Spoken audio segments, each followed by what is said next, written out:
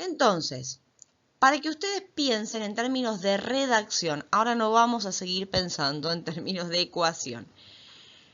Los conectores, como ese luego que vimos antes, como ese por lo tanto que les puse como ejemplo, nos ayudan a organizar un texto con estas características. Es un texto que tiene muy poca redacción, pero esa redacción sostiene fuerte el camino, ¿sí? La historia, el andamiaje de aquello a lo que yo quiero llegar como resultado. Entonces, para eso tenemos los conectores, que son nuestros mejores amigos, para ayudarnos a organizar los textos.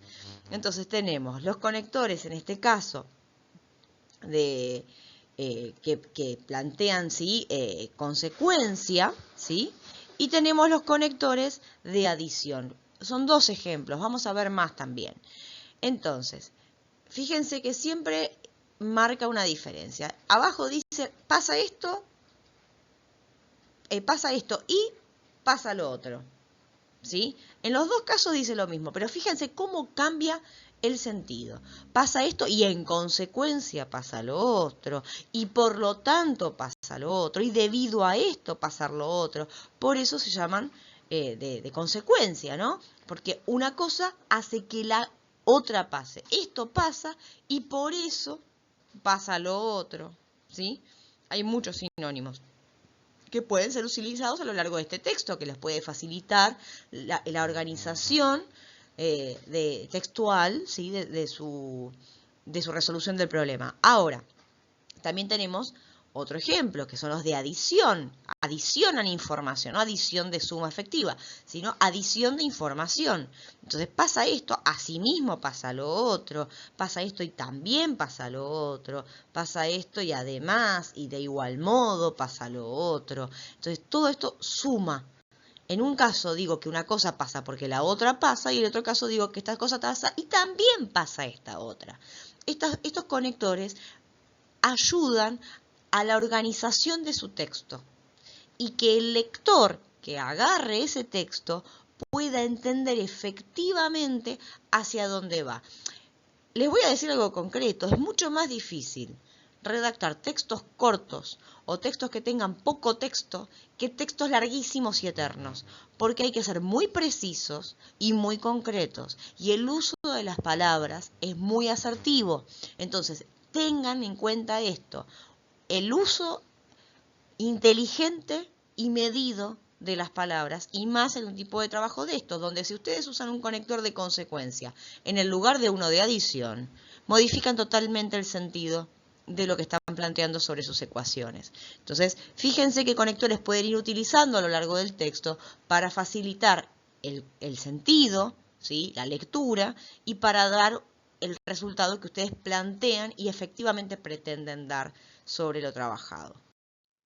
Aquí tienen otros ejemplos, ¿no? Conexiones temporales, consecutivos causales o de orden. Entonces dicen luego, a continuación, después de. Entonces, por ejemplo, a continuación, hay ejemplos aleatorios. Algunos son del texto modelo, otros no. A continuación, el tercer bloque, que también es un símbolo, bla, bla, bla. Y flujo continúa, no sé qué. El primer bloque indica el inicio de.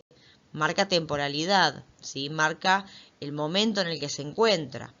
Luego, consecutivo causal, que de estos hay bastantes dentro del texto modelo. Observemos entonces, por lo tanto, tenemos que calcular de manera aproximada. Entonces ahí tienen a la izquierda ejemplos. Por lo tanto, así, entonces, en consecuencia, dado que, ya que, porque. Hay muchos conectores que pueden ayudarlos a organizar su texto. De la misma manera existen palabras que funcionan también integradas en el texto, como produce, genera, conduce, depende del uso que uno le dé. También tenemos, por ejemplo, los de orden, en consecuencia, por último, en primer lugar, eso ordena en el texto en qué parte estoy. Fíjense que hay una parte en la que dentro del texto modelo dice, en conclusión, se necesitan tantas formas. Esto ayuda al momento del cierre y de la conclusión efectiva de su trabajo. Dentro de esto me parece importante mostrarles los procesos. Los procesos en definitiva definen e indican las funciones, ¿sí? Entonces, fíjense que hay procesos estáticos y procesos que demuestran movimiento, ¿sí? Y en general el uso de esos verbos o de esas palabras es distinto.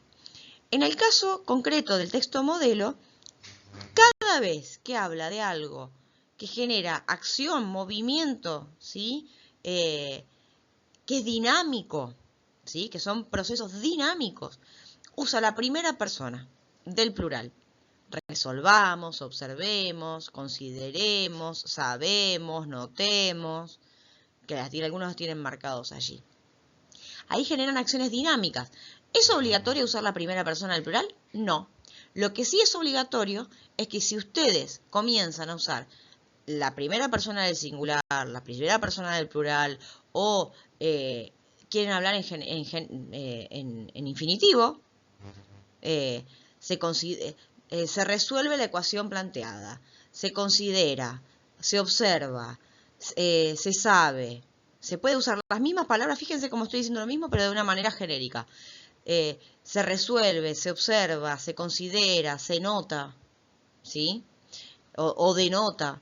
Todo eso se puede utilizar en el lugar de esta primera persona del plural. Ahora, lo que sí es importante, que en este caso está bien en el texto modelo, hay que ser consistente de principio a fin. Si yo voy a usar primera persona del plural, la manejo del principio al fin. Si voy a hablar en infinitivo, lo manejo de principio a fin. Si voy a hablar en primera persona del singular, lo mantengo de principio a fin. Y luego tenemos procesos estáticos, que marcan algo que es permanente, ¿sí? Que marca la permanencia en la acción. Entonces, fíjense, la solución de la ecuación obtenida es equivalente. No es algo dinámico, es así, no hay dinamismo en eso. Es una función cuadrática, es positivo.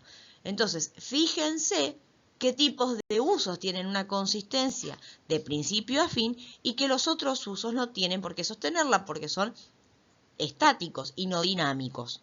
Traten de observar esto en el texto y de sostenerlo en el texto propio, ¿sí? De tener conciencia efectiva de ese uso. Entonces, volviendo, para ahora que ya anduvimos todo este camino, teníamos la definición de las categorías, la descripción, donde hacíamos una descripción, gráfico de ecuación, descripción, gráfico de ecuación, para dar el contexto. Luego, plantear que el teorema existe y qué resolución nos ofrece el teorema. Y finalmente, un cierre, que tiene que ser una oración o dos muy asertivas y validadas a partir de todo el desarrollo que hacemos del teorema. De esta manera les agradezco la escucha y les solicito que continúen en el video a continuación, en la lista de reproducción que tendrán aquí debajo, para poder realizar el punto 2.